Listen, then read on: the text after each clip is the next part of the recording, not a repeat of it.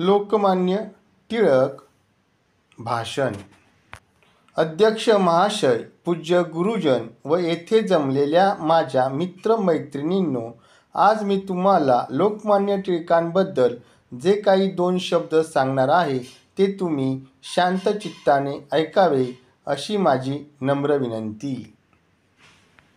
लोकमान्य टिळकांचा जन्म 23 जुलै 1856 रोजी झाला. लोकमान्य टिळक एका मराठी कुटुंबात महाराष्ट्रातील रत्नागिरी जिल्ह्यातील चिखली या गावी जन्मले व त्यांचे बालपण देखील येथेच गेले.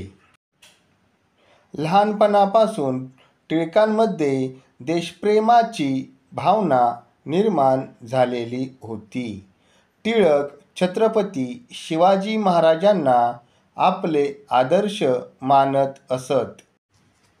टिळकांनी स्वराज्याची संकल्पना भारतातील लोकांमध्ये रुजवली आणि म्हणून इंग्रजांनी त्यांना भारतीय अशांततेचे जनक म्हणून संबोधले.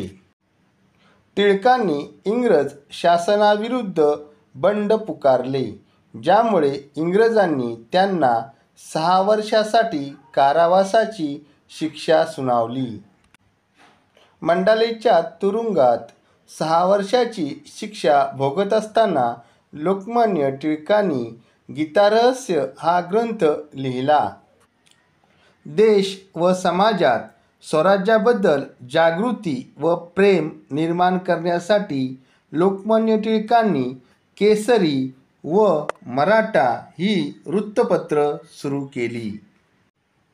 लोकांना एकत्र आणून राष्ट्रीयत्वाची भावना निर्माण करण्यासाठी टिळकांनी गणेशोत्सव व शिवजयंती साजरी करणे सुरू केले. बाळ गंगाधर टिळक यांना आधुनिक भारतीय राष्ट्रवादाचे शिल्पकार म्हणूनही ओळखले जाते.